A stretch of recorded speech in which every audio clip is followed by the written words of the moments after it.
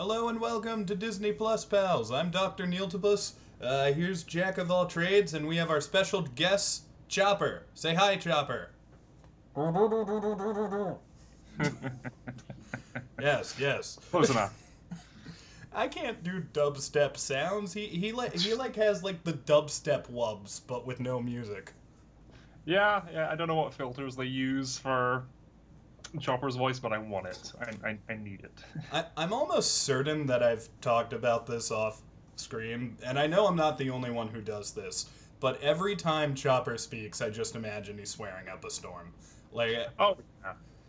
for sure, Chopper is not like a civilized fellow if we were to translate him. Oh no, there are definitely throughout Rebels. There's a lot of what the fuck. There's a lot of that. That's what I love about him, because me and my brother watched a little bit of Rebels together, and then I was like, every time Chopper speaks, he's swearing, and he's like, no, he doesn't. But then every time Chopper would make a boop, I would just go, fuck you, and try to, like, guess what he was saying, and then he was like, it still fits perfectly with the beeps. Yeah. Because it pretty much is. It's just It's like when R2 says wahoo when he's excited. Like, sometimes you can tell. yeah. But we are here to talk about Ahsoka today, not just Chopper, although we'll get to him. Okay. What were you feeling when you heard about the Ahsoka announcements? Because we've talked about this a little. We've talked about it in other videos. I was decently excited for an Ahsoka show. Leading up to it, I wasn't that hyped though. Like after Andor happened, that was the last time I was super hyped with Star Wars. Obi-Wan kind of. I'm not saying Obi-Wan was bad, but it kind of killed the hype in a way. Like, it was so meh that it kind of killed the hype. Yeah. No, I mean, it was announced such a long time ago. A bunch of the projects that were announced at that time have fallen through, Oh, or yeah. we just haven't heard anything since. Yeah, as one of the things that was announced that day that is still happening and is currently airing, it's a success. Yeah, when it was first announced, I was intrigued by the logo. That was the thing that caught me most, was the sort of world between worlds Oh, yeah. look of the title. Yeah, I was reasonably excited for it. Ahsoka is... I'm not in love with the character. She's one of the better Star Wars characters, absolutely, but it's not one of my favorites. But, oh, no, I did grow up with Ahsoka. I grew up watching Clone Wars. I watched all of Rebels. I like this character a lot. I do like the stories she's in more than her, perhaps. But that's not like a critique. That's just, yeah, no, I like Ahsoka. So when she's getting a show, World Between Worlds hints, Ezra, Thrawn. At time of recording, there are 4 episodes out. I think we've both seen all 4 episodes. Yep. I am loving that it is Star Wars Rebels Season 5. It is straight up Rebels Season 5. They're not even hiding it. They're not even attempting to be like, no, the show's about Ahsoka. It's more about Sabine than it is about Ahsoka, at least so far. And no spoilers for Episode 4. They kind of imply they're going to focus solely on Ahsoka for a minute. But yeah, until Episode 5, I guess. So far, it's been Sabine's show. It's been all about Sabine, with Ahsoka kind of has her guardian figure. I'd argue they're sharing the lead, but yeah. We'll discuss that. That's something we can certainly get into. But first, I wanna talk about a weird dichotomy between young Neil and modern day Neil. When I was a kid, I don't know why. I can't really tell you the logic here, but I would always get really hyped when it turned out, oh, a cartoon is going to live action? Like when that happened with Ben 10, I was very excited. When it happened with Scooby-Doo, I was very excited. And maybe because of things like Scooby-Doo and Ben 10, although Scooby-Doo 2 is fucking awesome, and I will fight anyone who thinks it isn't. I have kind of completely flipped on that. Like, I still like it. I still think there's, like, a coolness to it. But I believe that there are some shows that should stay animated. And one of those, for me, is Clone Wars and, to an extension, Rebels. The idea of an Ahsoka show happening that isn't animated was just kind of a weird choice to me. I wonder how you feel about that. You are aware that those are animated shows based on the live-action Star Wars movies, Oh, right? yeah. Yeah, I'm aware, and I realize this sounds weird, but let me explain this. So, Ahsoka as a character started as animated. This Mandalorian was her first foray into live action, and I was fine with that. I'm okay with the character being live action. But there is something weird and kind of lost to me about the Ahsoka show being live action. Like, I haven't seen it all the way through yet, but I've been told that her episode of what's that show that does the origins of the Jedi? They did Dooku Tales and of the Ahsoka. Jedi. Tales of the Jedi. I've been told her episode is really good. Tales of the Jedi is basically it's 6 episodes. 3 of them are Ahsoka related, and 3 of them are see. Dooku related. Mhm. And yeah, I some of the Ahsoka episodes are stronger than others because again, it's 3 and 3, but not in 3 and 3. There's an Ahsoka and then 3 Dooku episodes and then 2 Ahsoka episodes. It's structured in a weird way. Actually, no, it's structured chronologically. That's it. It just jumps around the timeline a bit. No, yeah, I think the first Ahsoka episode is really interesting. The second Ahsoka episode is just a great episode of TV. And then the third one is pretty good. It's not something we needed to see, but it's cool. That's the episode where Ahsoka flew into the sun. That's all that happened. Just like that one dude from Eternal, whose name I can't... Oh, it's Icarus, right? I think it's Icarus. Yeah. That makes sense. But I don't know. There was just something about focusing on Ahsoka and playing with... You get what I'm saying here, right? Because there's a lot of elements in this show that started in, like, animated. Like Lothal, the world between worlds. Yeah, it's Dave Filoni's baby, alluding to all that stuff. And again, we will keep this to just the first 2 episodes if you haven't seen the latter stuff. No spoilers. Come back next week. We'll be doing 3 and 4, and then we'll do 5 and 6. Then we're caught up, and we'll do every episode one at a time. No, I can kind of see where you're coming from. I think in her debut in live action, Rosario Dawson, Ahsoka, good actress, great in the role and everything. Looked awesome. The aesthetics all look brilliant. The lightsabers looked great. I think my issue, and I had it in the Mandalorian episode, and I still have it now, is, and it applies to all characters in Star Wars, the fight scenes and the fight choreography in the animated series is drastically different to the live action, purely because of what you can do in animation that you can't in live action. I think Ahsoka's fight with Elspeth Morgan in the Mandalorian episode, it was a cool fight. It was very stylized and samurai-esque, but Ahsoka wasn't doing backflips over things. People weren't throwing lightsabers. All the stuff you got from the Clone Wars and from the animated series hasn't translated into live action really. There's moments that are fun, but they don't do as crazy over the top stuff as you could get away with in that medium. I think that's the disconnect I see with that, and that Ahsoka isn't as lively, as agile as she was, but it's been a few years.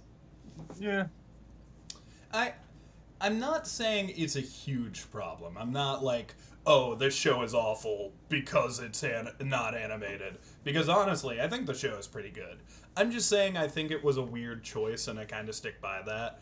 Though, I will say, during the Lothal episodes, they did win me over a bit. Because holy shit, it looks just like the cartoon in some of those scenes. Like, specifically like Ezra's tower and like that one field with the Loth cats, like that was straight up from an episode. The moment we cut to Sabine going along that highway, that was a moment of, I am such a nerd. I am so excited to see this road. I have so many memories with this stretch of road. Yeah. Oh, I got so excited. I mean, to be fair though, that is the appeal of like a live action thing from animated. Like if you do it right, which some of those scenes did, it's really cool to see. Like Chopper throwing that tracker thing in live action using his dumb little head arms. is awesome. But by the way, my cat connected with that loaf cat. I'm pretty sure you saw a picture of it on Instagram, but like every time that loaf cat meowed, my cat would just worship my television briefly and be like, "What are you? Why do you make the sounds I make?" That's great. But with that, let's properly dig into episode 1, which I believe is called Master and Apprentice. Right? I think so. Also, Cher's not here, but she will be here in the next episode. Until then, we have Chopper. You got anything else to say, Chopper? Nothing? Fuck you. Alright, moving on. So, episode 1. Master and Apprentice, yep. Yeah. I believe it starts with Ahsoka finding the map. We cut to, I want to say, Hera. Is this the one where she has the meeting with Mothra? Second episode. Yeah, okay. This episode has that cold open where we have the helmets and everything, and it starts with this orange lightsaber going past them. Oh, yeah, I forgot. We get a title crawl, but not the usual Star Wars like angled title crawl, but just straight up on the screen. And it's red. It's red. Yeah. And then we get the cold open with Balin and Balin Skull and Shin Hati of their "We are no Jedi." It was a cool intro. Where they're like, you don't want to do that, and then they have to kill everybody on the ship, pretty much. We still don't, like... I think saying we don't know something isn't a spoiler, so I'm going to say by episode 4, we don't super know their origin. No. We know a little bit. We know confirmed they were definitely Jedi, and that Balin knew Anakin to some degree. But that's all we know. We knew that from the trailer as well. There's that line. What we know is that Shin seemingly wasn't a Jedi, and I don't think that would work out for her age either. Yeah, that's correct. No, Balin definitely was, because Hu Yang knew his lightsaber, but did not know hers. So that was made sometime after the fall, after Order 66. That makes me wonder if she's his only apprentice, or if he briefly tried to start his own order or something. Yeah, there's a lot of interesting ways this could go with them. Oh yeah. Still so many secrets about those characters. But after that intro, we catch up with Ahsoka, and she's on a planet, which I don't know if we get the name of it, but that's okay, because I'm pretty sure they blow the fuck out of it here in a minute. She's on the planet, she gets the map, and those were Night Sisters in the statues, right? Because it's revealed that the character from Mandalorian, you know her name. Morgan Elsbeth. Yeah, she was a Night Sister survivor this entire time, and we just didn't know. Which, I've said this once, I'll say it again, but if you want to make any Star Wars project interesting, throw in a Night Sister. That's how you do it. So I think that took that villain from being like, I don't care about this character, to alright, you're interesting, let's go, let's do the story. And this map is supposed to lead to Thrawn. I do have a question that I'm a little weirded out about. So, Thrawn disappeared after the events of Rebels. So just for reference, I've seen all of Clone Wars, all of Rebels, Tales of the Jedi, all the movies, all the Rogue One and Star Wars Story, all the TV shows. Your dad is George Lucas. All the Disney Plus ones. You have seen all of Rebels? I have seen all of Rebels. I have seen all of Clone Wars. I have not seen the Jedi Origin thing or the most recent season of Visions. Yeah, those are the two big ones. And I've heard the most recent season of Visions is awesome, so eventually. Both shows very good. So Thrawn disappeared after Rebels. Yep. There are statues of the Night Sisters in this location. Yep. The Night Sisters died in Clone Wars. Yes. Was this built specifically for the map that Thrawn has? Because if so, who built this little place? And aren't the Night Sisters dead at that point? So I'm gonna crack my knuckles and break out some of the stupid, semi-useless Star Wars lore here. Smack me in the face with your nerdy shit, my guy. Uh, so yes, Night Sisters are wiped out by the time Thrawn and Ezra disappear. Mm-hmm. Hyperspace lanes in Star Wars are basically, you can calculate the coordinates that you want to jump to, and there are between planets and everything, because space is big, but when you're moving faster than light, you do not want to crash into something. So the hyperspace lanes are routes that you will not hit anything. So this map shows, here is a hyperspace lane from this place in our galaxy to this place in another galaxy. And for whatever reason, prior to the start of this show, characters have reached the conclusion that is the lane that Thrawn and Ezra and the Purrgil took. Okay. So, somehow they've reached that conclusion. I don't know how. Again, back during Mandalorian season 2, Ahsoka was interrogating Elsbeth about that. It's like, where is Grand Admiral Thrawn? Sometime between then and now, they figured there's a map. There's a map that shows where this route is that we can take. So we're going to take that. And the Night Sisters were aware of that sometime before they fell. Okay. Being this ancient, still the Force, but kind of magical, mysterious group. Okay, that makes a lot more sense, because I was thinking that, like, Elsbeth did it all by herself for some reason. But, that might be a bit of the link, as though she knew of this temple, and Ahsoka got that. Yeah, actually, no, she would have known of it. Ahsoka got that information from her, because she says that she was interrogated by Ahsoka. And then we cut to Ahsoka on that planet. So no, I think that's probably the order of events there.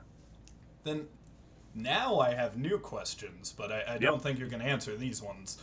Because that makes me wonder, oh shit, what the fuck is on that planet then? Because if there was a map to it before Thrawn was there at all, that means something else might have been there. Or something important? Maybe they needed to go to this planet multiple times? Perhaps. Maybe the Night Sisters being so different from the Jedi and the Sith and other Force users, perhaps they're from there, that order originally. Oh, that's cool. There's a lot of really interesting things they can do with, as you say, you want some cool Star Wars stuff, put the Night Sisters in it. Well, if that's true, that means the Night Sisters aren't technically dead, because there's a whole bunch of them in another galaxy. Maybe the Night Sisters we know are like a splinter group from them. Maybe, again, with Thrawn and stuff, and we are changing. There are. I think the Timothy Zahn books are still canon, so I think the Chiss are technically still from this galaxy. But they could change it. Oh no, this is where Thrawn is from. Perhaps there's a ton of things they could do. The storytelling potential of Ahsoka, as of that episode 1 reveal of, hey, here's another fucking galaxy. Yeah, they did fucking open the floodgates with that. Like, now Star Wars isn't just this one place. They can have people come in from everywhere. And as you were saying, it would make sense that the Night Sisters aren't from here, considering how differently they use the Force. And honestly, I think this does open a lot of gates that I hope aren't just important for this one show, you know? Like, I hope, since they're like, there's a whole nother galaxy, I hope we do shit with that galaxy. Yeah, I feel like, because we know Filoni and Dave are building towards some sort of movie tying in all these characters from this era. So that they could all be involved in that. Personally, depending on how they tie it off, I think they could very well go to this other galaxy, come back, and never go back in the space of this show. Because of things that happen in later episodes, so we'll get into that in later episode discussions. I think they can get away with establishing this as a thing and not touching it again. Star Wars, up until like the past year, had a lot of that. I mean, Ahsoka's the logo and everything we're alluding to World Between Worlds stuff. The not Morbius gods, the Mortis gods. I don't want to see the Morbius gods. That would be like Jared Leto, Joker, Morbius, all his other characters. Oh. Yeah. No. No.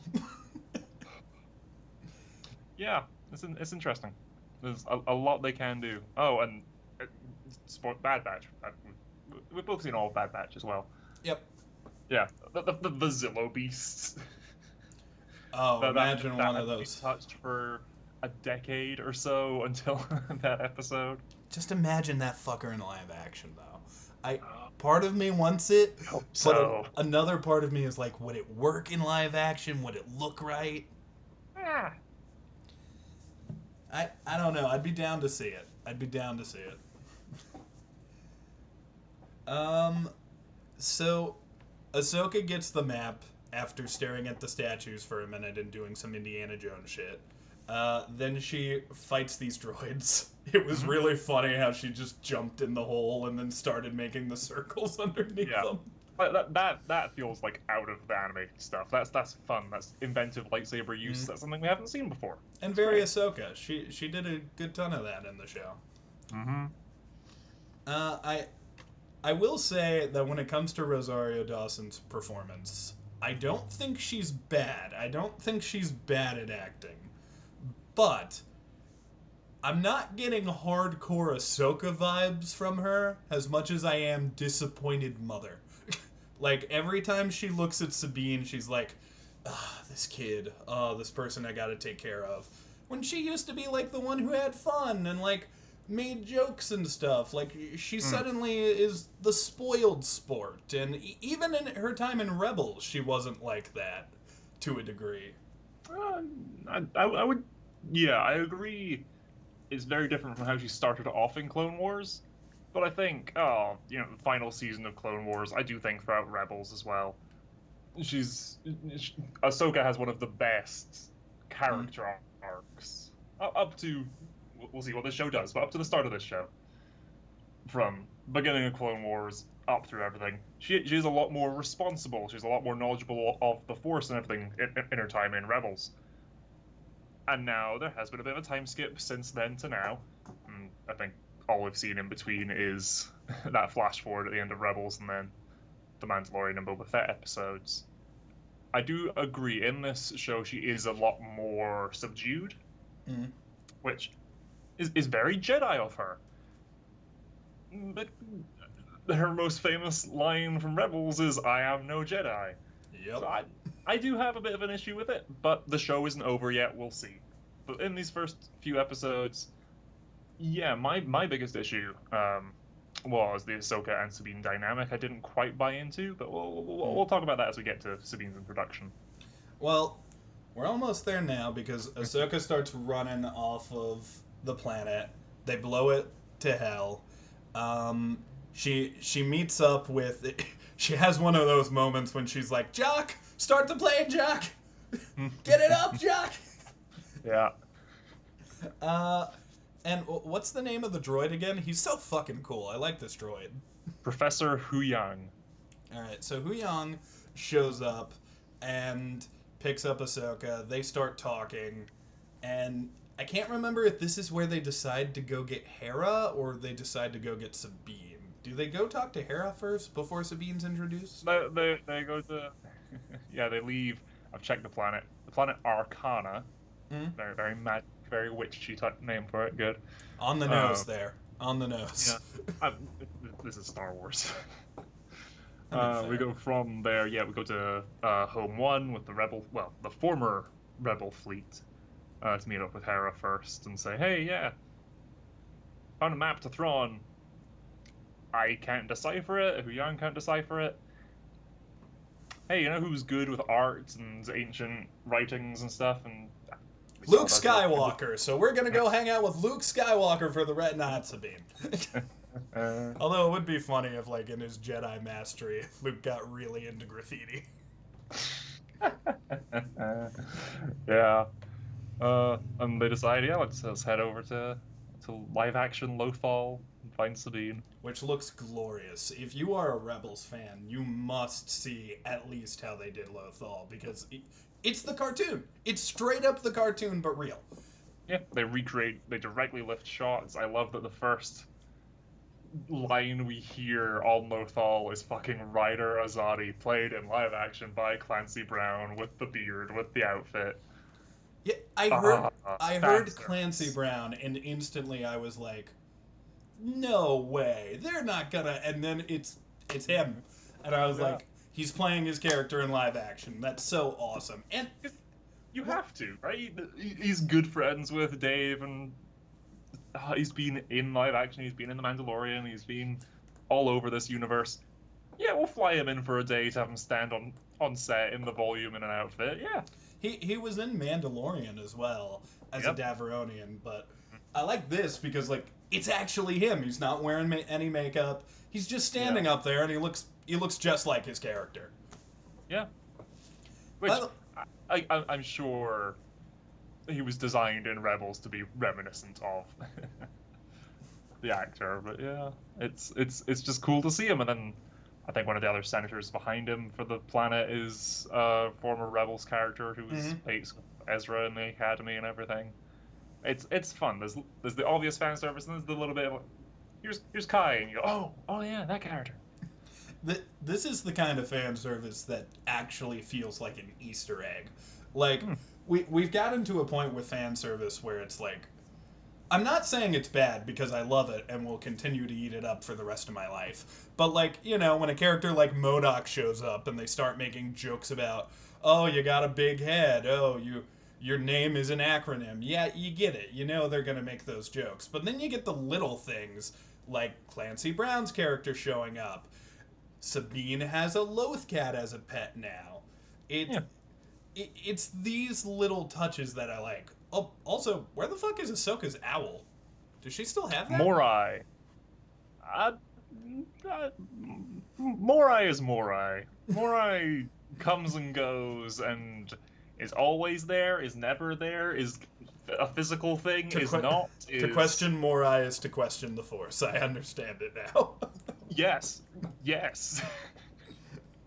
I mean, that's Morai very... is some holdover or representation of the daughter from the Oh, yeah. Mortis trilogy, and yeah.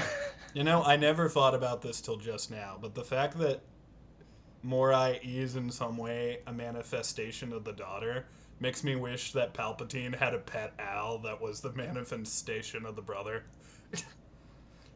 That could be interesting, and I don't know where you're at on theories for the next episode of Ahsoka, but we'll see what the rest of the show is going to do in future. I don't think it's actually going to happen. I just think it would be funny. Ah. Palpatine with a pet. It's an evil loaf cat. He turns around in his chair. Meow. I love that. Now, Palpatine needs an animal companion. This sounds hilarious now. But the only Rebels character we haven't really seen, but besides Kanan, for obvious reasons, is... Why am I blanking on the character's name? But I'm remembering... Steve Blum. Yeah, he's a Lasat. Mm-hmm. For some reason, give me like 2 seconds, and if I can't get it, tell me. Last letter of the alphabet. Zeb. Yeah. That's why I forgot it. It's only one syllable, damn it. Zeb has not shown up yet, but like they had that render in Mandalorian, so I feel like we can assume he'll pop up at some point. Yeah, whether he pops up if he pops up in this season, then there's no argument of this is Rebels season 5. Oh yeah, I feel like there still isn't. Otherwise, again, we know we are building to something of all these shows coming together. So I don't need to see him interact with Hera again in this show, because I know it's coming. Mm-hmm. But we've seen the effect. We've seen how he looks. We know they have that CG model that they can just plop in and just have him be in a scene. And it looks So, good. Yeah, I think the only thing stopping him popping up is, well, when is it going to be good for the story to have him appear? I assume when the show takes the turn from, oh, we're just trying to get to this planet, to, we have to find Ezra. Because that's the big mission. Everybody's looking for Ezra. Or Grand Admiral Thrawn. And Everyone's looking for one of these two guys who were on this one ship that disappeared a long time ago. we have to find the people who hung out with the whales. It all goes back to the Purrgil. Yeah, boy. So that's why we need Sabine, because Ahsoka can't figure out how to use the map. She thinks Sabine might be able to hang out. She thinks Sabine might be able to help out. A different word that starts with H. And long story short, Sabine is able to do it. There's a message, a holo message from Ezra, who I couldn't recognize the actor, but he looked exactly like Ezra. Yeah, they announced Ezra's actor a while back. Let me just grab his name. He looked good. Iman Estefadi? Esfandi? Why do I recognize that name? I think he's been in something else I've seen. Maybe. But no, when he was announced and they were like, oh, here's a picture of Ezra and a picture of him, I'm like, yeah, no, that is a few years on live action Ezra. Yeah. I'm so happy he's gotten so much screen time since that one cameo. Although you need to do that for the story. That's not a criticism. But she figures it out. Oh, I almost forgot. They also tap into the fact that in this version, in the time jump between Rebels and this, Sabine has served as Ahsoka's apprentice. Now, I think this might be the connection issue you might have a problem with that you brought up earlier.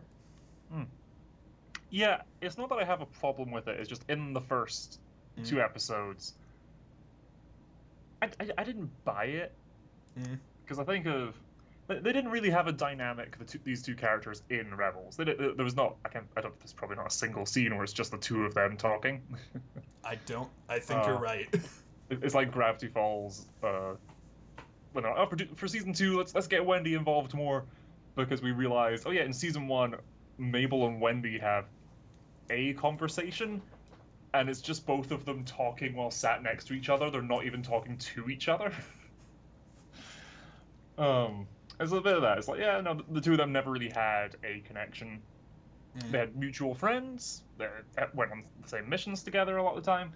But the two of them never went on a solo thing. They never hung out much. They had that one scene where it's basically the same scene at the end of episode 2 or 3 of the show, where Sabine is sitting in front of the mural, and then Ahsoka's like standing there dramatically. That's all they need. That's a whole friendship.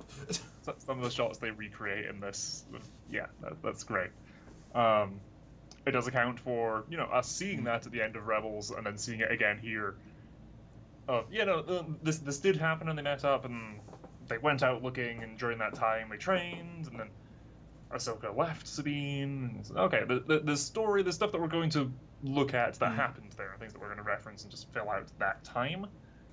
But in the first 2 episodes, I didn't even buy that they were once friends. And again, I think it is partially Rosario Dawson's more subdued Ahsoka performance, which I like that choice. I feel like I just need a bit more of the energy she had. Yeah, we might get as things are getting a bit more intense now in the latter episodes. You don't really buy that they like each other in the first 2 episodes, which we find out later a bit of a hint why they might not like each other. But without that context, it does kind of seem like they show up and Ahsoka's just like angry at her all the time for no reason. Hopefully they explain it a little better later. Yeah, Ahsoka does. I think that's it. Them not being buddy-buddy is fine, because they weren't buddy-buddy really on screen during Rebels. And we do know, okay, there has been a falling out since, and we are now seeing them post them falling out. But I think it is just Ahsoka talks down to her quite a bit, and I don't think I necessarily quite liked that. But then we'll talk about it next time. The start of episode 3 redeemed that for me. I'm like, no, okay, I buy this relationship now. In the first 2, it was a bit rocky. I will say I've heard the criticism that a lot of people think, oh, they're just giving Ahsoka an apprentice, that way they can do what happened with Anakin, that way they can have that relationship. And I actually kind of disagree with that, because in hindsight, it makes sense for Sabine to be trained as a Jedi because Kanan kind of already was doing that. Like, Sabine has wielded the fucking Darksaber, man. Like, Yes. she has some training with this. It makes sense that when Kanan died, she'd go to the nearest Jedi she knew and be like, hey, train me, keep teaching me this stuff. That adds up to me. Yeah, I don't necessarily know if it was exactly that, but I do. Yeah, she's trained with a lightsaber by Kanan, who was a rather unorthodox Jedi, as is Ahsoka. Um, yeah, no, she has previous experience with a lightsaber, so yeah, training her in it. I do feel like the show is building towards, and they tease at it in episode 1 and 2 of Sabine learning to wield the Force, which I don't know how I'll feel about that when. Yeah. I assume it's a when it happens. I feel like since they've hinted... I like the idea of, training her, someone who can't tap into the Force very well. And I like that idea. I hope they stick with it as it is. Yeah. But I get the feeling they will most likely have some development where Sabine manages to use the Force in some way. You see, I'm right there with you. I think it's much cooler if Sabine never learns to use the Force and is our first Jedi that just can't. I think that's a cool idea. I think that's... Honestly, maybe I'll get some hate for this, but I think a Jedi with a jetpack is much cooler than a Jedi with the Force. Someone can fight me on that, but... Yeah, I think I wouldn't want her even necessarily being a Jedi, because she doesn't, even in these episodes, she doesn't seem overly invested in that. It's, if anything, it's more of a, I need to be stronger so we can find Ezra. Well, I've said I don't think she's especially invested in the spiritual side of it or anything like that. It does seem more combat-oriented, which they acknowledge is like, yeah, that's the Mandalorian in her. And the whole point of all the Mandalorian-like tech and shooting the grapple hooks and the jetpacks and everything, it is all to counter the Force and Jedi. Again, Rebels did a whole episode on that. And, Clone Wars and everything. She does get in a lightsaber fight, and, it's not the best choreographed, but I thought it looked pretty cool. Yeah. She got in a fight with Balin's apprentice, I think. Yep. And there is one criticism that I unfortunately I do have to agree with. When Sabine gets stabbed, that should have killed her. Like, we've seen a lightsaber go through, like, a metal door before and start to corrode and melt the door. Yeah. Her inside should have been turned to jelly. I don't like how often people get stabbed with lightsabers and are fine now. What you need to remember is lightsabers are hot. And with a metal door, the melting point of metal is quite high. Okay, it becomes liquid. The melting point of a human body is lower, so you don't melt, you burn. A lightsaber instantly cauterizes the wound. That's why there's never any blood when someone loses a limb to a lightsaber. It burns it. You're instantly sealing the wound. Everybody... So if you're stabbed in a non-vital place, that's fine. Shin probably could have stabbed her in a vital place, and that would have been that. But no, being stabbed through the appendix or whatever, she might have had a hole in her stomach for a bit, but Star Wars tech can fix that,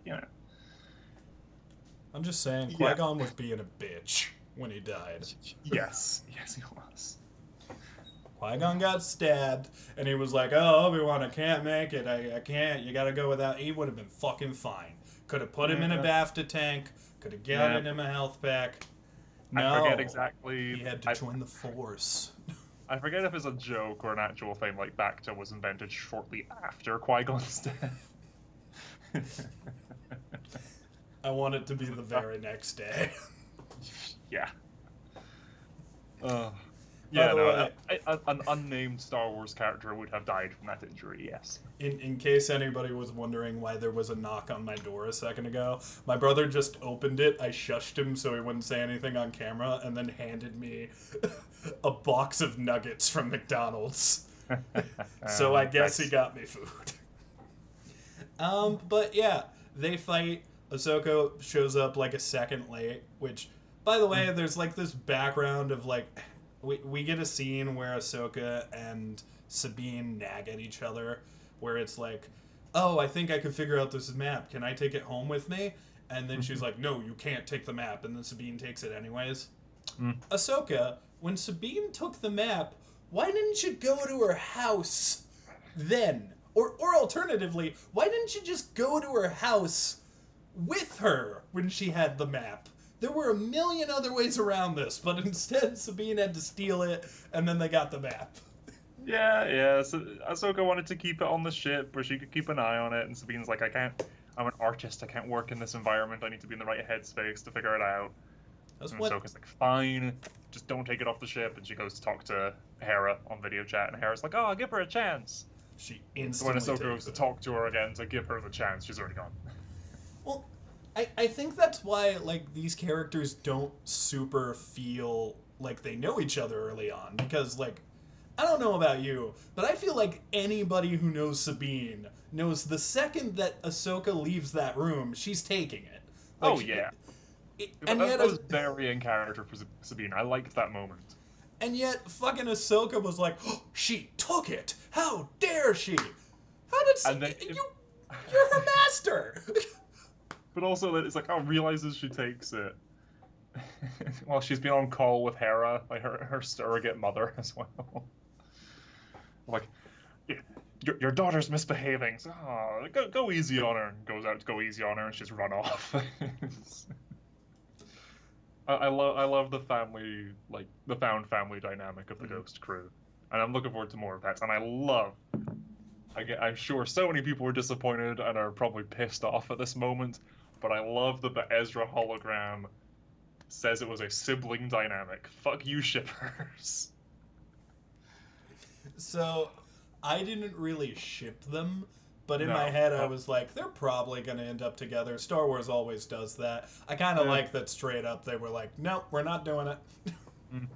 Because, like... when it started in Season 1, Ezra blatantly had a crush on her. And then, as time moved on, as the seasons went on, less and less of that. That ended up not being the connection, and you know what? That was fine.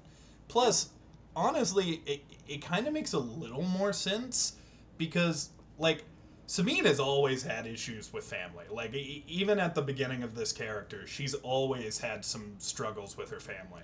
So the fact that she's willing to go as far as she does in this show to save Ezra makes a lot more sense with that connection than just they want to bang. Yes. I will have more to say about Hera in episode 2, but really liked her. Yeah, no, Hera's scenes were great. And Mary Elizabeth Winstead, I think, is playing... You know what? Fuck it. Hera. I'll just say it now. So, when Ahsoka showed up, I was like, cool. But for whatever the reason, when Hera showed up, I guess I didn't realize I liked the character this much. I freaked out. I was like, yo, Hera! I was excited. Maybe it's because she looks exactly like the cartoon. Maybe it's because, like, so much has happened with this character that I'd love to dig into, because, like, she's a general. She has a kid who she takes on her ship with her during battles. Don't know if I love that, but it makes sense for Hera, given, like, everything that happened in Rebels. Yeah, she took her kids, Sabine, Ezra, and Zeb, on missions all the time. What are you talking about? And her cat, Chopper. I really don't get why, but when I saw Hera, it really did have that emotional connection to me, where I was like, oh, my friend from the other show is here now. I didn't super get with that with Sabine, maybe because, you know, it's a bit of a different dynamic with Sabine in this show, but, like, I did get it when she went to Ezra's tower, which I guess she's been living in now. That got me.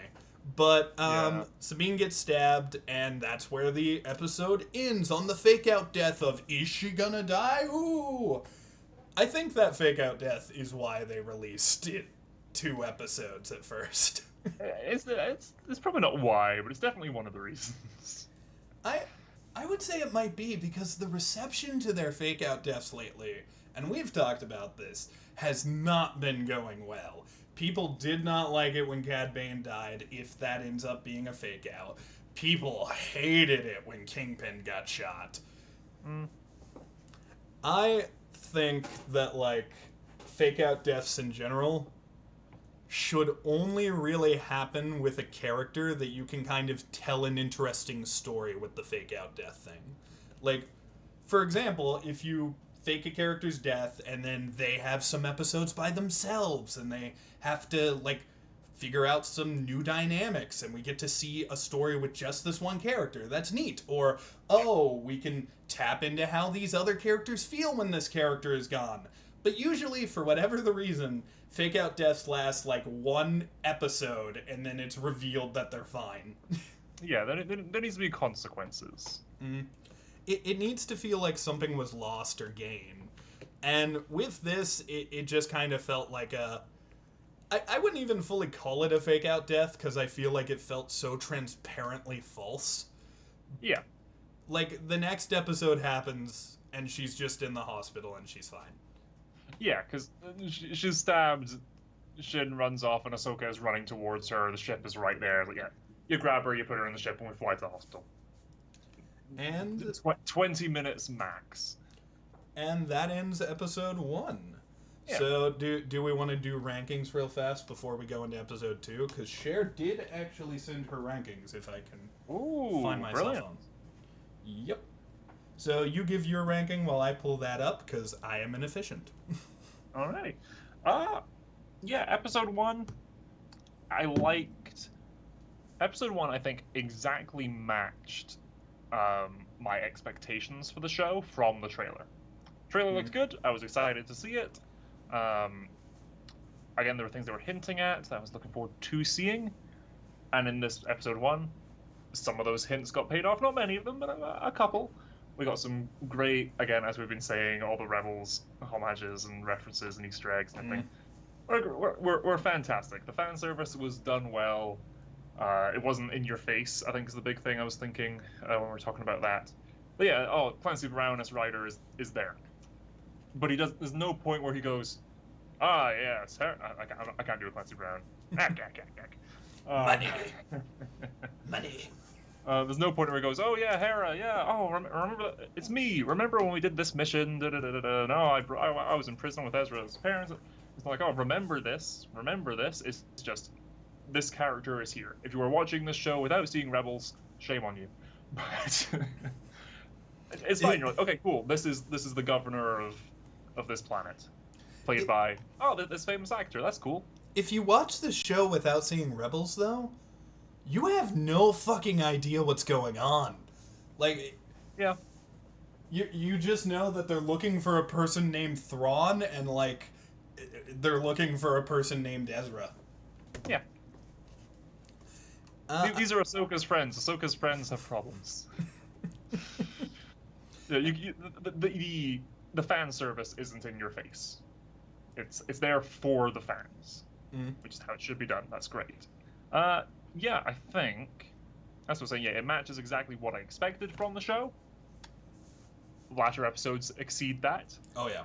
But for episode 1, it is dead on the quality, the writing, the effects, everything I expected from the trailers. So I think it's pretty good. Yeah, I'd give this a solid... To clarify, I didn't love the trailers. The trailers were good. I'd give this a solid... I'm going to say 7. I'm going to say 7. I quite enjoyed it. Well, you and Cher gave the same number. Cher also gave it a 7 out of 10. She also mentioned she liked episode 2 better. I am going to be the outlier. I liked the episode fine, but I don't know, just some of the stuff with Ahsoka got a little under my skin. I'm going to give it a 6. I thought it was fine. I thought it was good. I didn't hate it. But like, as Jack said, it gets better. Episode 2 already is a major improvement on episode 1, in my opinion. And with all the Rebels callbacks and stuff, it is a nice reminder that, like, you know, we're seeing some of the issues with a shared universe with Marvel right now, where there's, like, all of these threats, and we don't know how to measure them anymore, and there's, like, 5 different characters that are now the strongest character in the universe. There's a lot you gotta keep track of, but it really does show that when that's done right, certain characters showing up is cool, and the continuation of certain stories is really neat.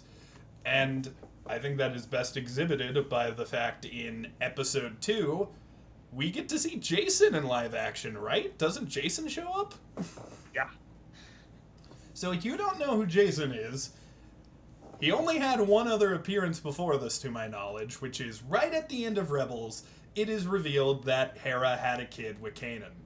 And he has green hair and is named Jason. And he gets to be in this show, and he gets a little bit of a character. He hasn't gotten a ton of scenes yet, but it's only been 4 episodes at the time of filming this, and he has gotten a couple scenes. Like, he's there when Hera's in the ship. He's there right after Hera has the meeting with Mothra. Which, by the way, Mothra cameo. Mothra cameo. Mothra cameo. We didn't go into fucking Godzilla for a minute. Mothma. Yeah, I'm so bad. I always say Mothra. If you look back, I always do it. Are you saying Mothra deliberately? Is this a bit? It's partially a bit, because I think I'm less stupid if I say it's a bit. So we're going to say it's a bit. No, I deliberately spell words wrong to hide the times I do it by accident. That's the Neil Burris High School way, my guy. But there's a meeting, which essentially the meeting boils down to, we want you to help us with our goal and actually do the job you were here to do. No, we're not doing it. So Hera is disappointed with the New Republic, right? They're called that. With the New Republic not taking action, which this actually is kind of in line with the books, because from everything I've seen from them, when the New Republic takes power, it basically becomes really impossible to get everything done. Like, you have to go through so many people, and so many different people are in charge, that nothing is really being accomplished, and things like the secret people who are loyal to the Empire is pretty easy to go under their radar. So she doesn't get any help. Mothra gets some good lines. Mothra has really good writing now. She has done it for a while. Come on, Andor. Oh yeah. I'm saying post Andor, she gets really good writing now. She had a couple good lines here and there. Like her line in Return of the Jedi isn't bad by any means. Her one scene that was cut in her deleted scene in the prequel trilogy. Which sucks, because that scene is like them setting up what the rebellion would become. It really sucks they cut that scene. But can you imagine being Genevieve O'Reilly, though, in that? It's like, I was in Star Wars and they deleted my scene. And then you just keep getting calls decades later of like, hi, yeah, no, we're doing a TV show. Do you want to be in it? Hi, yeah, we're doing another TV show. Do you want to be in it?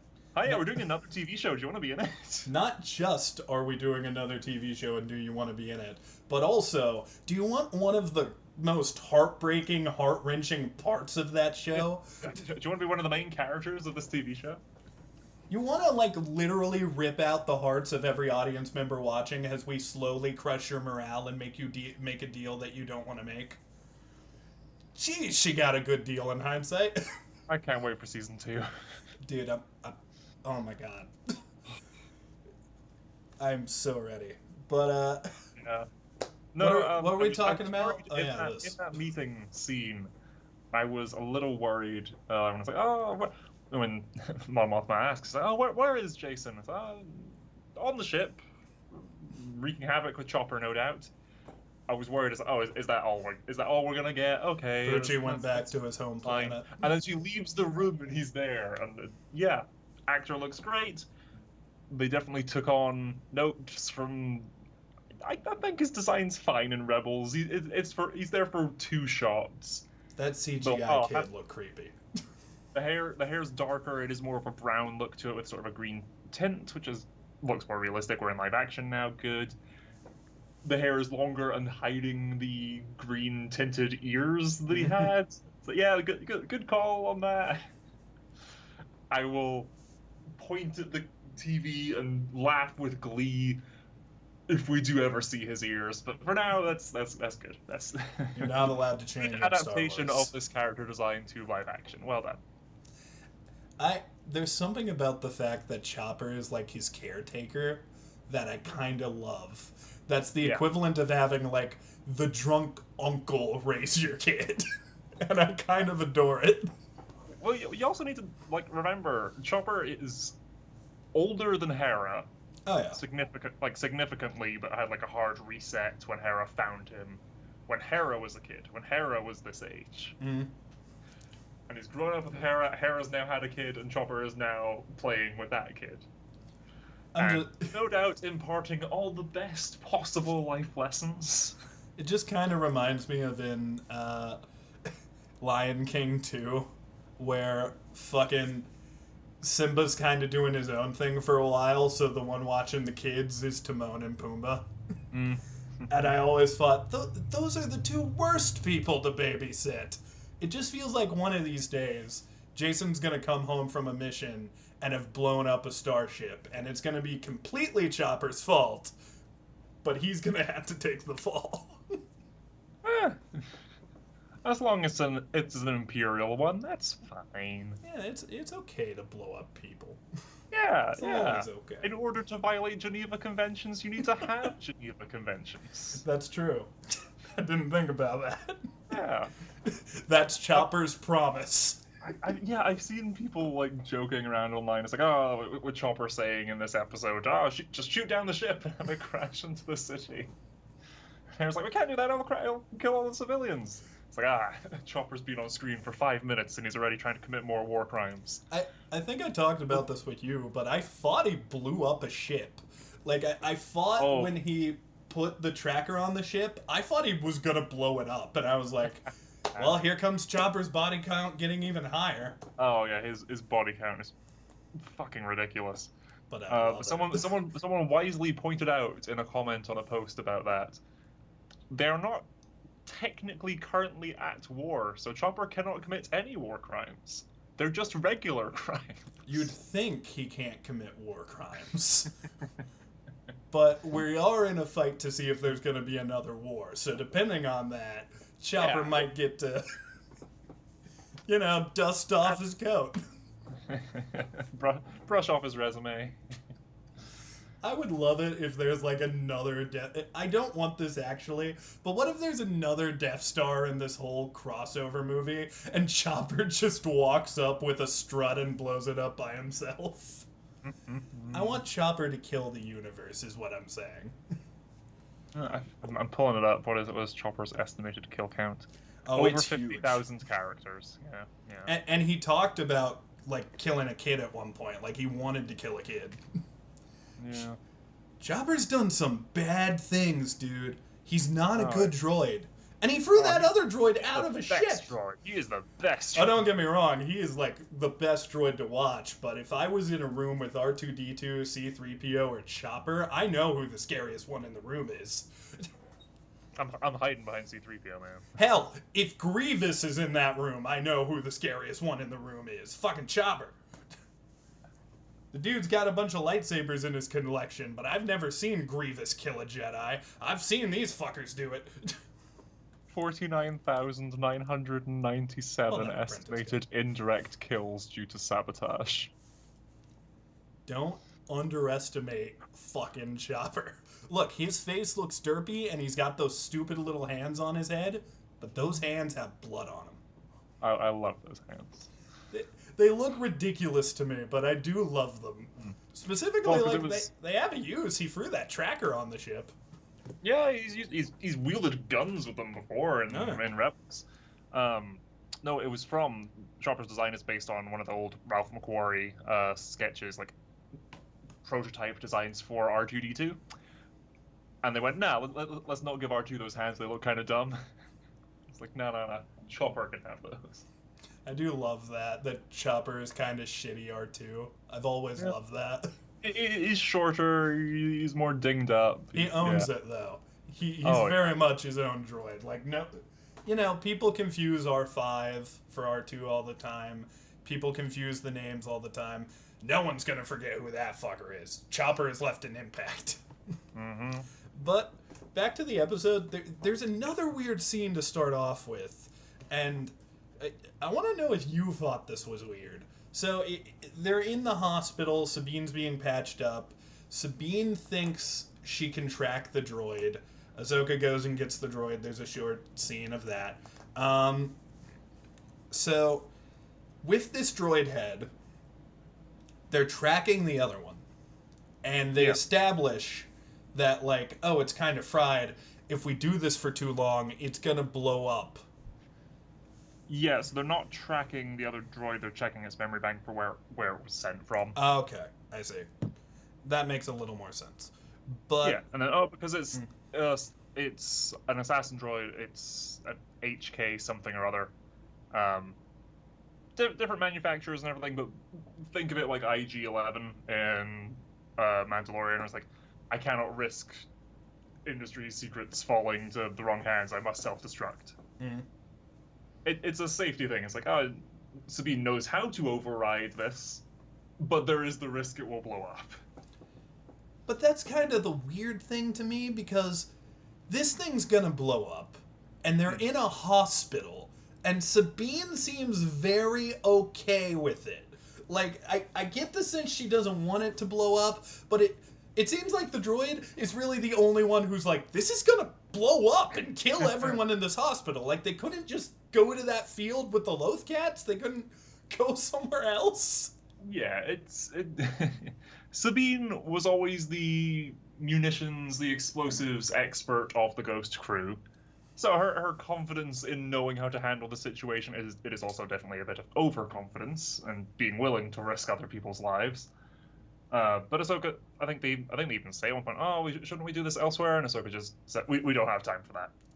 They don't have time to walk downstairs? Okay, but Hera and everyone, they're like, okay, we trust you, Sabine, with this. And yeah, Hu Yang is clearly the only one who doesn't.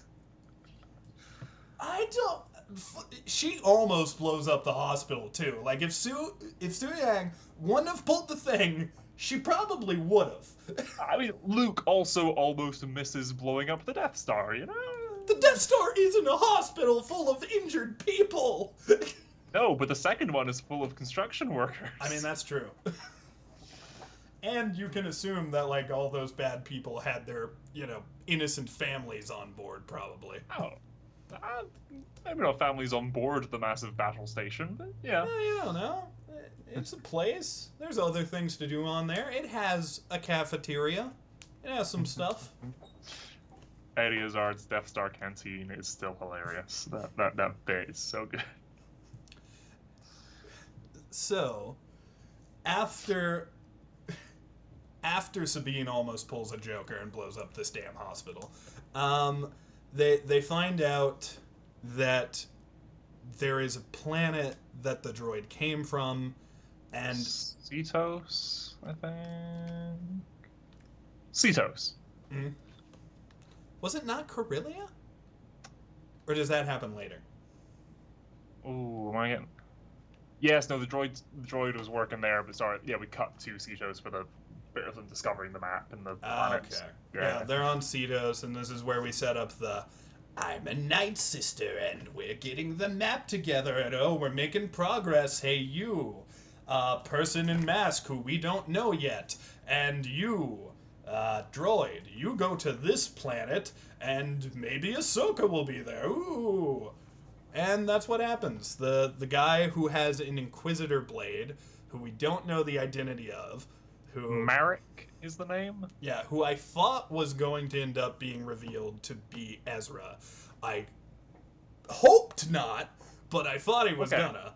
Okay, my no spoilers for later in the show, but we were both wrong in our guesses. My guess was Barriss. Oh, that's not bad. Clone Wars. I've been guessing that for a while. Been waiting for Barriss to show up again because we still don't know what happened to her. Well, here's the thing. Even when they reveal who he is, air quotes, it's still kind of left in the air what's going on there. Like, yeah, we still don't have a definitive answer for what's going on there, but we'll address that when we get to it. Let's just shove that off the side for now.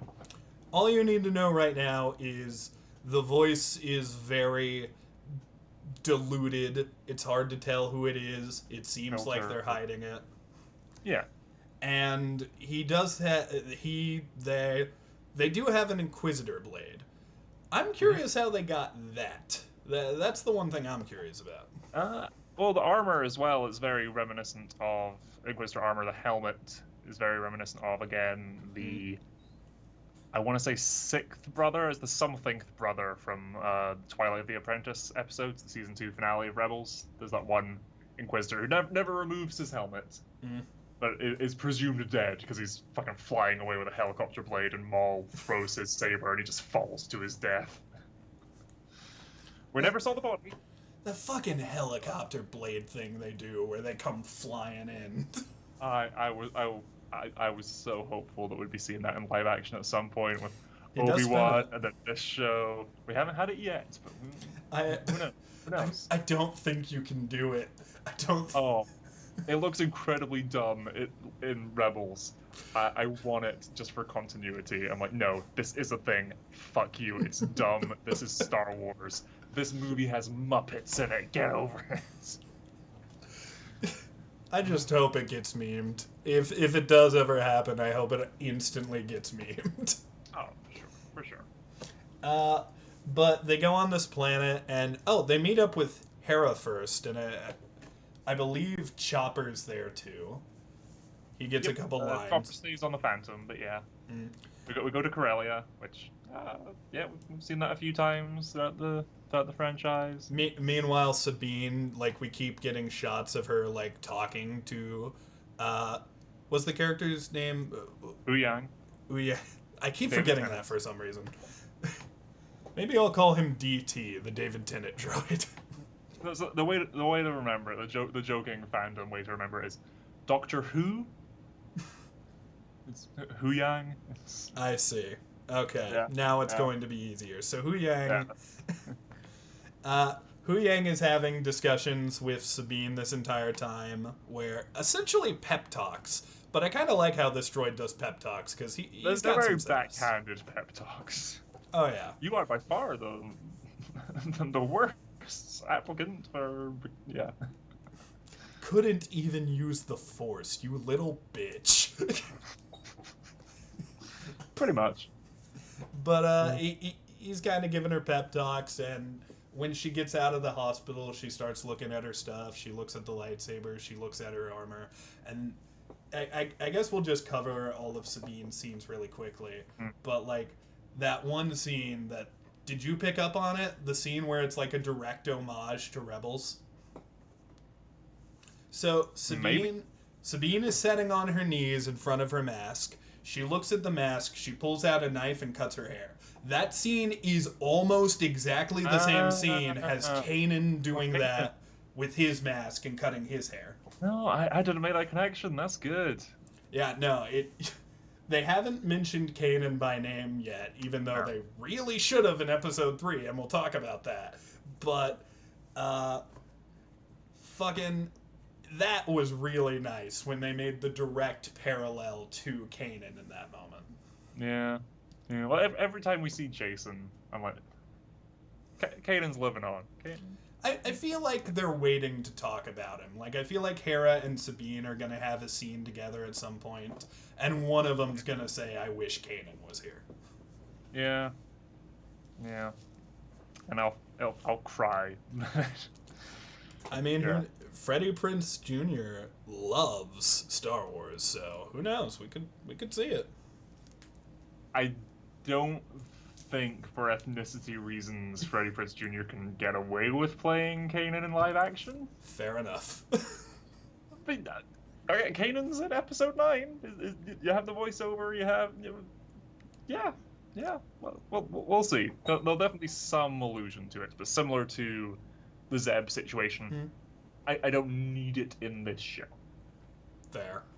I want it, but the show will not be any lesser without it. Well, I do have a question for you then. If they were to do a Rebel Season 5 now, like a Rebels Season 5, and pick up in this time frame, would you then want a cameo or a flashback to Kanan? Okay. Because it's explicitly this show and these were the characters. And I guess to continue that mindset, would you want that show to be animated, or now that these characters have made the jump to live action, should we stick with it? Uh, if you do a show called Star Wars Rebels Season 5, it should be animated. Fair enough. If you're doing a show called Ahsoka, that is actually Star Wars Rebels Season 5. that is low-key Star Wars Rebels Season 5.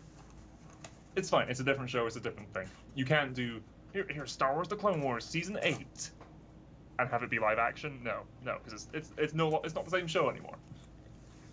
I do This know. is a different show in the same universe. One of the big draws of Star Wars is that there's all these different facets of it for all these different audiences. You know, my granddad's not a nerd, but my grandpa could have watched Star Wars, the original trilogies, in the theaters. And then, my youngest brother could be watching Clone Wars right now. You know, there's all these different age. There's the new Jedi Younglings animated show on Disney at the minute. Mm. There's different parts of the franchise made for different demographics. There's the people who are aggressively into Andor, and there are the people who are aggressively into Lego Star Wars. Yeah. Makes sense. Different strokes for different folks. Yeah. None of the Lego stuff's canon, but yeah. Rest in peace, the Star Wars Holiday Special, which really should be canon because it's awesome. It shouldn't be because they fuck with time travel, but it is awesome. Rebels. No. That's my one worry now that we're going back there. That she's gonna time travel. We'll see if we end up doing any World Between Worlds stuffs in episodes beyond these first two, but we'll see. We'll see. Ahsoka, welcome to the world. We'll see. Ahsoka, welcome to the World Between Worlds. Why don't you go back in time and kill Emperor Palpatine before any of this can happen? That's not how it works. You just appear in the episode? That's not how the Force works. Stop it. So, they're on this planet hanging out. There's a dude who's trying to take them to the ship they're looking for. Yeah, I forget that actor's name, but I've seen him in stuff. He's some comedic guy. I did respect that he straight up said, my loyalties go where the money is, dude. Yeah. I'm here because I'm paid. Yeah. He said that shit to a Jedi. Yeah, there's an undertone of that throughout a lot of the shows and movies in this era. And you think of, Jory Mandalorian, there's a fair bit of that. These characters, even earlier in this episode, addressing the other senators, Hera goes, did you fight in the war? Oh, I love that. Did you just sit back and wait to see who came out on top? Yeah, you see, with Ahsoka this whole time, I've been you're not really acting like Ahsoka. That's the moment where I was like, fuck yeah, Hera's in the show. She gets scenes like that. Because Hera was doing that all over in her show, too. She would call people out. I remember there was one thing where, one of her superiors were like, we don't have a ship that goes fast enough, so this mission is too dangerous. And then she goes and gets a faster ship, and she's like, you got it now, do the damn mission. Yeah. The first B-Wing. God, Hera's such a cool character. I'm so glad she's here. But yeah, it is a shame that it's not Vanessa Marshall. But she has kind of she's aged out of the role. Down the line, if we do something in say the sequel era, you could have her play Hera. That'd be fun. But she's still getting to do it in all the animated stuff. She got to voice Hera again in Bad Batch, despite being significantly younger than she is. She was in that one game, right? Squadrons, I think Squadrons, it was called. Yeah. Which makes sense because it's all about flying Star Wars ships. If you're not bringing Hera into that, when are you gonna? Yeah. But they're on the planet. They're exploring this ship that's sus, and they give the dude an order. They're like, hey, there's something going on with that ship. There's droids going on there. Don't let it leave. But then what do you need a hyperspace engine that big for? It's a class of ships. The New Republic doesn't have any ships that big. Once again, Hera's just badass. But Of all that bit of it's classified. It also I'm a seems general. clear to me that this guy isn't super in on it, but Yeah. like the other people are, because he's trying to fulfill her orders. But then it's revealed, and I think revealing this makes a lot of sense, because in my head I was like, you don't just end an empire with blowing up a Death Star and killing the guy in charge. There's gonna be like hidden sex, and sure enough, this entire place is actually made of Imperial loyalists to them for the most part. We don't know the entire place, but all the ones working at Morgan, what was formerly, but we know is still Morgan's Enough to have pretty much stuff. full control over the place. Like, enough where they can do some Empire stuff. Yeah. So, there's a brief skirmish there, and then Ahsoka goes after the guy in the mask, while, Merrick. while Hera goes and does some ship stuff. Yeah. The fight with Merrick was pretty cool. I did like the moment where he started, like, he didn't use it like a helicopter, but he started doing the spin blade thing, and that was shot pretty well. Yeah. But then I'm pretty sure Ahsoka Throws ends the it and then fight. uses that as a chance to run and get on the ship and then catch it. Yeah, no, that's the best lightsaber fight so far in the series, that one. I'd agree. I also like the ship stuff because there were some close calls. It was pretty clear they were going to get away. And then Chopper froze the thing, thought it was a bomb, but it was a tracker. So Chopper kind of got to save the day at the end. Yep. I do like as well the mix of the practical chopper and the CG chopper on the outside of the ship. I don't know if it's the same chopper they had in Rogue One, if it's the same prop. I imagine enough time has passed, they probably just made a new one from scratch. Yeah, I'd say probably not. Yeah. Also because that chopper was pretty hard to see in Rogue One. They could probably get away with more stuff. Yeah, the one in Rogue One can basically have just been a remote control, just it goes forward. Mm. Maybe the head turns, but this one we see the head shaking, we see him pivoting a lot more and being a bit more dynamic. He looks more like Chopper. He does that little shake thing that Chopper sometimes does. Yeah. So that's what happens. Ahsoka goes back to her ship to track him, but the entire time in this episode, Ahsoka and Hera have been talking about Sabine, and it's been like, well, she wasn't ready. She wasn't ready to become a Jedi. That was the big problem. And Hera was like, well, how do you know when she's ready? And Ahsoka answered, you just know, and she knows too. You both know when she's ready. And at the very end of the episode, they're back on Lothal for a second.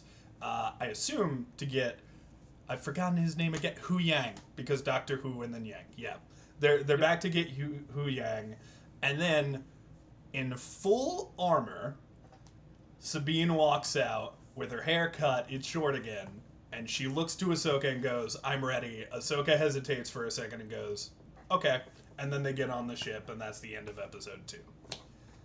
That was fucking cool. Yeah. I didn't make that connection with Kanan and cutting the hair. That's great. I do miss some of the more brightly colored Sabine armor, but again, that's just the animation to live action thing. This is perhaps a slightly darker toned series, so it fits better this color palette of the armor. But yeah, the short hair and everything, and it's just great to see her element and everything again. It's neat to think that it's probably, especially with some of the stuff we learn later, it's probably been a really long time since she's even looked at that helmet. And seeing her, like, staring at it in these scenes, and when she's finally holding it on her by her side and she gets on the ship, it just, such a good moment. Yeah. There is one more scene in the episode, being the reveal of what that hyperspace engine was for. Oh yeah, the giant onion ring.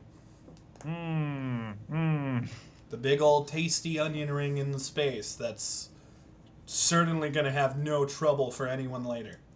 No. Why would it? Why would it? Yeah. It's just an onion ring. Just a nice little space onion ring that's capable of hyperspace travel between dimensions. Not dimensions, galaxies. completely fine and will have no adverse effects, and I think it's 100% okay that Admiral Thrawn's about to get his hands on that. No. But yeah, I'm double checking, but I'm not going to find it easily. It's got 7 like super Star Destroyer hyperspace engines on it. The fuck? it also has 6 Gisa Lang and 5 golden rings. No. Let's hope they don't get 5 of these ships. My God. Oh my god.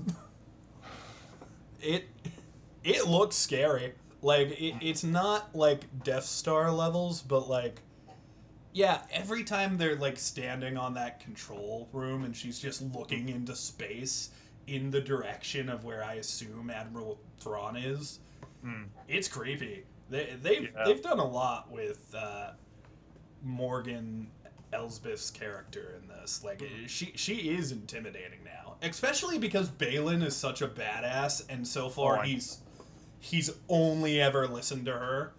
That kind of adds to her street cred a little. Yes, it's like we know how cool this character is, and this character thinks that this character is cool. So by the transitive property of coolness. Oh yeah, it's like when Darth Vader had a boss, and suddenly you're like, oh well, this guy's got to be badass. It's kind of the rule. But yeah, that was Ahsoka episode 2, and I think this is when the show gets its legs. Like this is where things get really interesting from this point on. Like yes, episode 1 was almost more of a pilot. Welcome back. Here's the characters. Here's where we're at, and now here's the story. Episode 2. Which is essential, because you need that setup to get to these points. So, absolutely. I don't begrudge episode 1. My only issue is Ahsoka doesn't super feel like Ahsoka in those episodes. And in these ones, when she's just hanging out with Hera, we get to see more of her personality, and I think it's better because of that. She's not just arguing with Sabine the whole time. I did enjoy this thing a lot. I will say, though, and I realized this around episode 2 and 3, I think I love the Rebels stuff in this show more than the Ahsoka stuff. That's fair. I think I agree with you on that, but that might... I think that's not an entirely fair comparison, because the Rebel stuff you have Hera, Chopper, Jason, Sabine. There's lots of characters and Rebels stuff going on, and Ahsoka, for a solid season and a bit, was a main character in Rebels. Whereas Ahsoka by herself, in these first 2 episodes, Ahsoka's story was, Clone Wars. It's just her. If Rex was here, let's say. Oh, that'd be sick. I mean, Rex, even then, Rex has a lot to do in Rebels as well. It's all a continuing narrative. If there were more Clone Wars ties, I think you could say that there'd be an argument for more Ahsoka sort of payoffs. But at the moment, in these first 2 episodes, no, I enjoy the Rebel stuff more, because there is just more Rebel stuff to enjoy in it. We're not going back to Umbara. We're not going back to any of these like Clone Wars era planets that we saw. It's Rebels continuation. It's Rebel stuff, which is the more contemporary thing. It is the newer of the shows. It is, in the timeline, the more recent events. It makes sense for a show called Ahsoka. I hope Ahsoka gets more focus in the rest of the season so far. First 2, fine. Again, episode 1 was reintroducing everyone. We've already been reintroduced to Ahsoka via Mandalorian and Boba Fett, so she doesn't need to be fully shown to this audience for the first time. Yeah. I don't think it's a bad thing, but I do think the show called Ahsoka needs to be the lead character. And from where we're at the end of episode 4, no spoilers, it does look like we are shifting gears to focus more on her. I think, and this is kind of my hope with Balin and his apprentice as characters, I kind of hope that they are going to be where the shift happens. Because, like, they're Jedis. Clearly Ahsoka didn't know them. No. but like they knew people Ahsoka knew. Like they reference a couple different ones. Yeah. At least Balin. The apprentice seems new, but Balin definitely knew some of these people. And I wonder if maybe there will be a discussion, because slight spoilers, I'm not going to go into specifics, but Balin and Ahsoka fight at one point, and when That's in the trailer. That's fine. That's fine to say. when they fight, they have a discussion. I won't say what they say, but during that discussion, they begin to get into that a little. They begin to discuss just a little bit Balin's time at the Order, and I hope for more of that. I want to hear. Honestly, I don't think this is going to happen, but Jack, if I got it my way, what happened to this dude in Order 66? Show a scene. I love it every time they go back there to Order 66. I want to see what happened to him. Yeah, I'd be on board with that. So episode 2 for me, going straight into rankings and final thoughts. I liked it a lot. This is what I was hoping the show would be, with the fun action scenes. The adventure feels good, and my biggest compliment that I can give this series. And, you know, I've seen the other 2 episodes, so I know that this does continue. We're done with side quests. We're fucking done. It isn't, oh, we need to do a thing, so we have to go here and do a million other things. No, it's just, we need to do a thing. Let's go here in pursuit of that thing. And now while we're in pursuit of that thing, we found this out. Okay, this is our bigger goal. Let's continue towards it. It just... With Mandalorian, it was always so frustrating when you were like, all right, we're getting into it. Oh, well, there's a frog lady. And the frog lady was cool, and the spider scene was cool, but it wasn't the main plot. Here we have a bigger focus on the main plot, and for me personally, I like this a lot better. It's working for me a lot more. I would give this episode an 8 out of 10. I thought it was pretty good. Okay. I think I agree. Yep, where no side quests yet. You could say, oh, the Corellia bit is a. It's not a side quest. It's a slight detour that circles back, which is the flow of the story. That's how it's meant to be. But I do think fundamentally, and I think this is kind of where I stopped being in love with Mandalorian during season 3. Mm-hmm. The Mandalorian is it's a bounty hunter show. He's a guy who goes on these different missions to make money. Mm. So showing us episodically him going on different missions, not always to make money, fits. If Ahsoka was doing that, it'd be weird. Mm. Ahsoka has a goal, has a mission, so we are seeing that mission and the steps to take. The steps of it. Yeah, no, good. I think I did like this episode marginally more than the previous. Not enough to give it a different number or even a 0.5, but I did like this one more, but not by enough to warrant a 0.5, so I'm also giving this a 7. That's fair. Oh, and by the way, Sher gave this episode an 8 out of 10 as well, huh? Okay. I do want it to be known, though, that, like, I had my criticisms, but, like, this is a good show. Like, it's not like... I don't want to shit on Mandalorian Season 3 a ton, but that season did some stuff I really, really liked, and it did some stuff I really didn't like. Like, it felt like towards the end, the villain wasn't as important as he was in the past 2 seasons.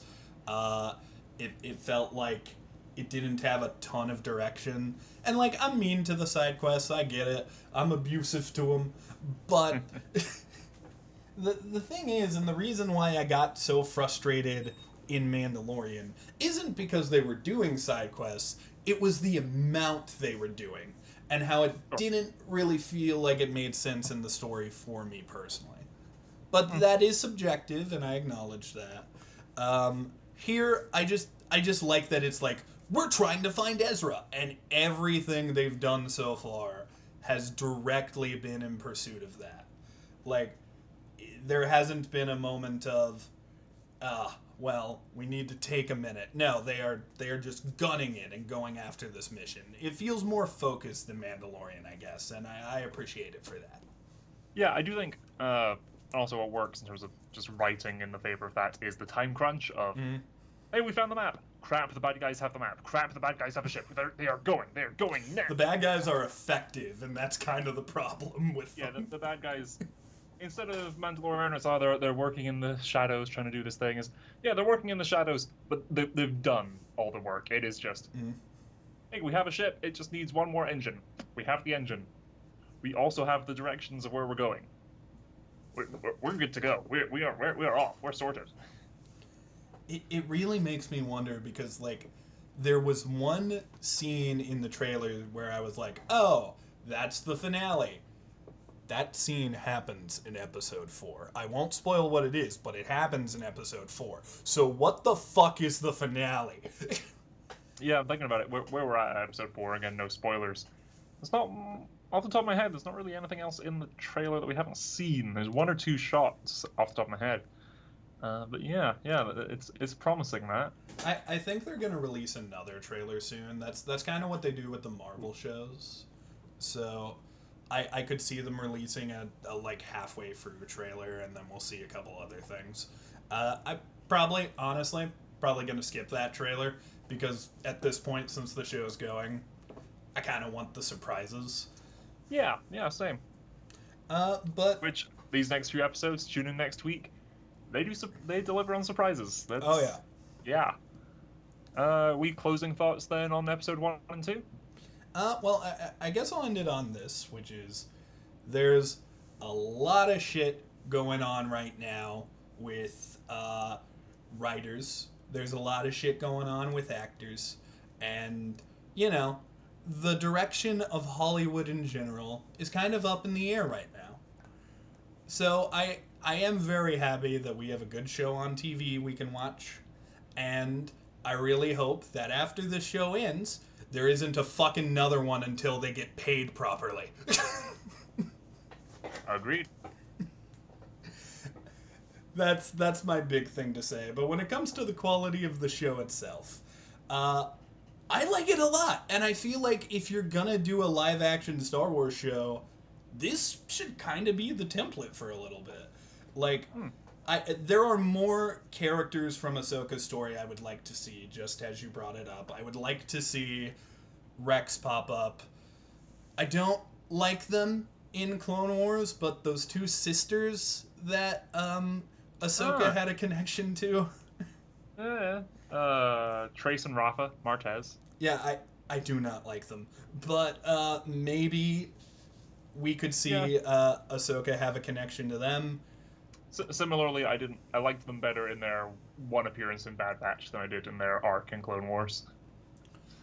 I guess I'll end my final thoughts by saying the same thing I say in all of these live-action shows. When are you gonna do Hondo, man? When are you gonna do him? We've been waiting for a live-action Hondo for a while now. He's gonna be the after-credit scene of that finale movie. Oh, I hope so. And of course it's Hondo here to help with the war! Well, I mean, with all the Rebels tie-ins and stuff, he was in the Rebels finale. He was a recurring Rebels character. We could do it before Jim Cummings gets too old to wear the costume and prosthetics, please. That's all I ask. Or even Cad Bane, and just have him do the voice and someone else in the costume. I mean, you can make it work. That's what they did. I don't know if you've seen the footage from the Star Wars ride at Galaxy's Edge. He looks perfect, and they sync the voice up pretty well too. For the animatronic and for the speeches. Yeah.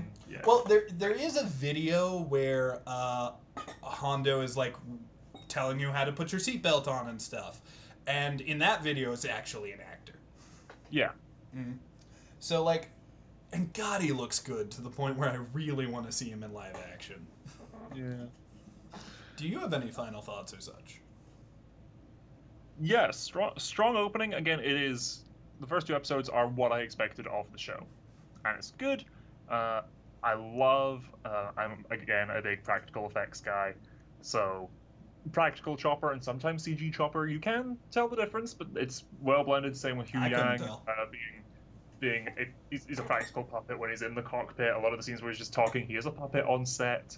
Apparently, they had David Tennant record all of his dialogue, all of his lines first, and then they are playing that on set for the actors to bounce off of. In my head, I like to think there is a speaker built into Hu Yang, so it's literally coming out of him, but they're at minimum playing David Tennant's dialogue on set for them to react with. So that's really cool, and yeah, the puppet's fantastic. There's one moment, I'll just interject this real fast. There's one moment with Hu Yang where he says something snarky, and the lights in his eyes kind of move in a way where it looks like he's squinting, and that was wonderful. That had me laughing alone. That's a holdover from Clone Wars. His eyes sort of being made of like multiple strips of light, so you can like turn rows of it off to sort of squint or have different expressions. It looks so cool in live action, though. Great translation of that design, and having the extra arms and stuff, which we'll see more use of in the future episodes. And the fact that it's actually Tennant. Yes, it's a great carryover. What they've been doing a lot with the TV shows, I did think. At times, Mandalorian did over-rely on the volume. But Andor, with the practical sets, there are still a lot of volume use in Ahsoka, but there are some practical sets. The mural from the end of Rebels, they built that. They built this puppet. The Loth Cat in Ezra's Watchtower, that animatronic looks fantastic. That's physically there in the character. Is that an animatronic? Because it looks... That is real. It's so hard to tell sometimes because it looks so real, but like also, it's like a Pac-Man cat. It can't be real, but I guess it is. It's a robot Pac-Man cat. I mean, fair. I think there are some shots where it is CG, but again, it's just well done when they're blending things. That's what it should be. CG, as it was used in like back in the day, is to enhance what is actually there. When you need it to outright replace things, you can outright replace things, but don't over-rely on it. Especially with everything, again, the actors are on strike, the writers are on strike, and by all accounts, the VFX artists may not be too far behind. There was this one character in the prequels who was like a Twi'lek, and every time you saw this character, they were CG. So, like, I think we're thinking of two different characters. I don't think it was the Jedi character you might be thinking of. I'm thinking of Aayla Secura, yeah. No. I believe this was mostly a background character. But it would pop up every now and then, and it was a CG Twi'lek. In this one, Hera looks good, and any other character that I've seen, like Ahsoka's... what would you call the things on Ahsoka's head? Would you call them antennae? Okay. Ahsoka's Legu...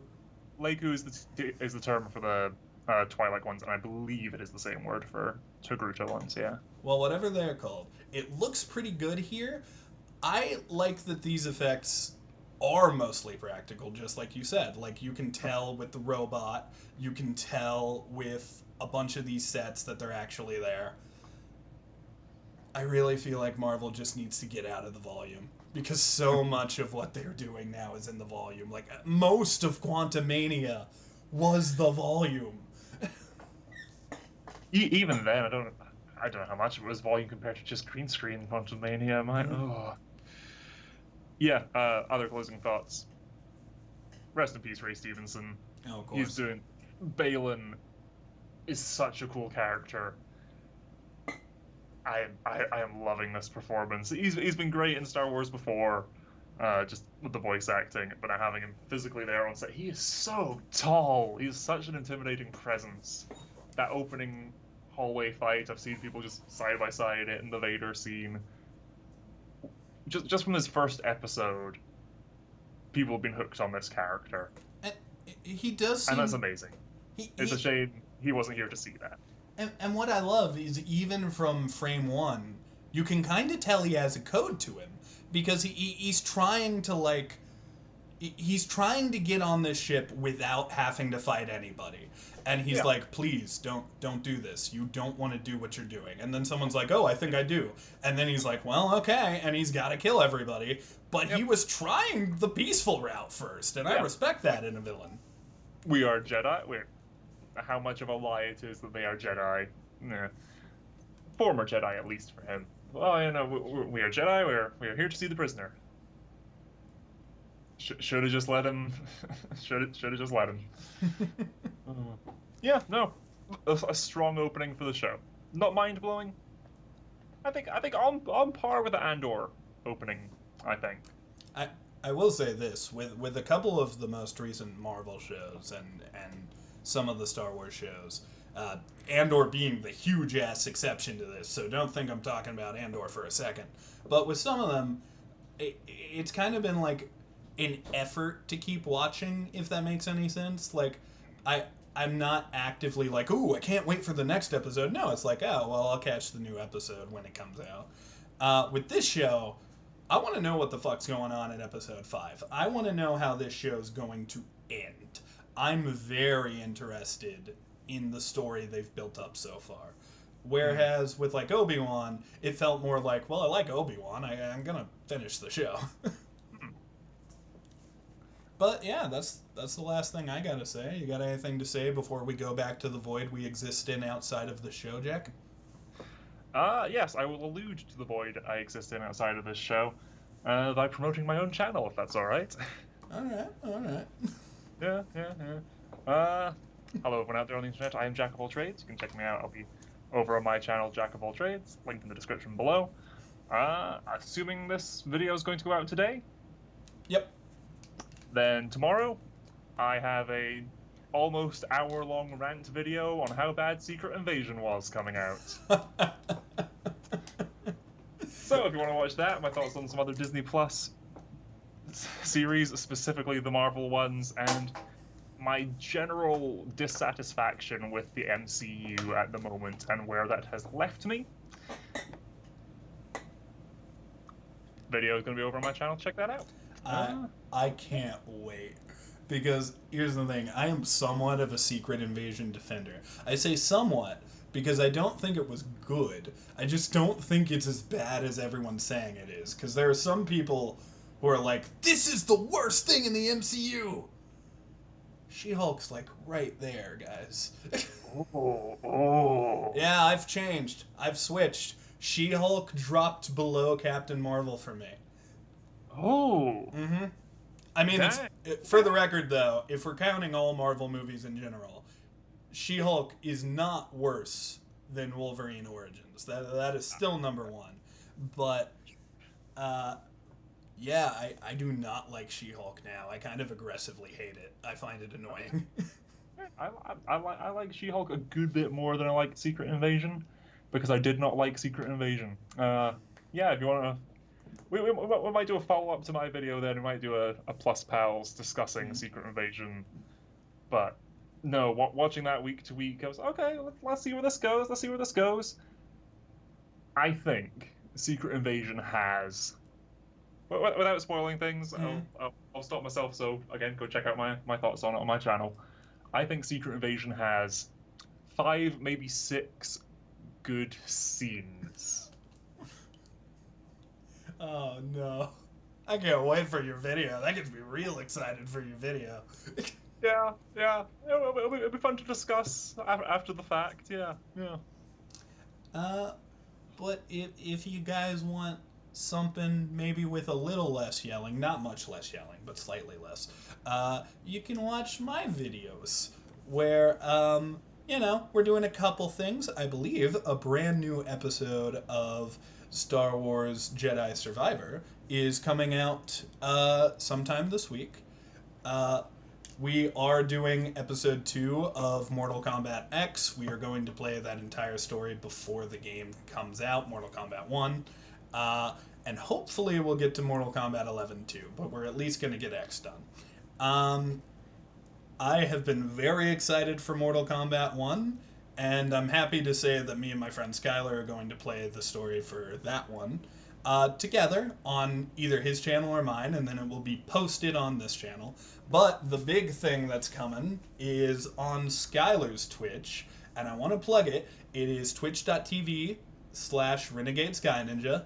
We are beginning a playthrough that people have asked me to do for a really long time. We're finally doing it. We're doing Undertale. And Skylar has played none of it. He knows nothing about Undertale. He doesn't even know that there's a genocide and a pacifist route, to my knowledge. So we are going to have the virgin Undertale experience that everybody loves. So yeah, that's the video. Anything we should end on, Jack? Did just remember an extra thing to plug. I am over on my channel uploading reaction highlights for Ahsoka. I only recorded my reaction to episode 4 because episode 3 was pretty good. You know what? I'll start recording myself. There might be fun things in the show as we go. Very smart of you to do that before 4. Very smart of me to do it before episode 4. Yeah, episode 4 is good. If you want to see my reaction highlights to episode 4, it is heavily trimmed down. It's just a few key scenes. Yeah, that's over on my channel too, and I will continue to do so for the rest of this show. And if you want to see a direct review of those episodes, hey, come back next week, because we will be back with Sher and talking about 3 and 4. So, what the fuck was that? Did you just... That was me lurching forward in my seat. Oh, okay. So your hair moved in a way... I don't know if this popped up on the shot, but your hair moved in a way where I thought you, like, slinked your head back so much that a hat went flying. And I was like, it's gonna hit your pride flags, man. Be careful. Nah, from where I'm sat, it's going right out the Scottish window. But that is us. I can't think of a joke to end on. So instead, I will say some random Star Wars reference. Of course, I will reference everyone's favorite Star Wars quote by saying, this is very bombad, Annie. There you go.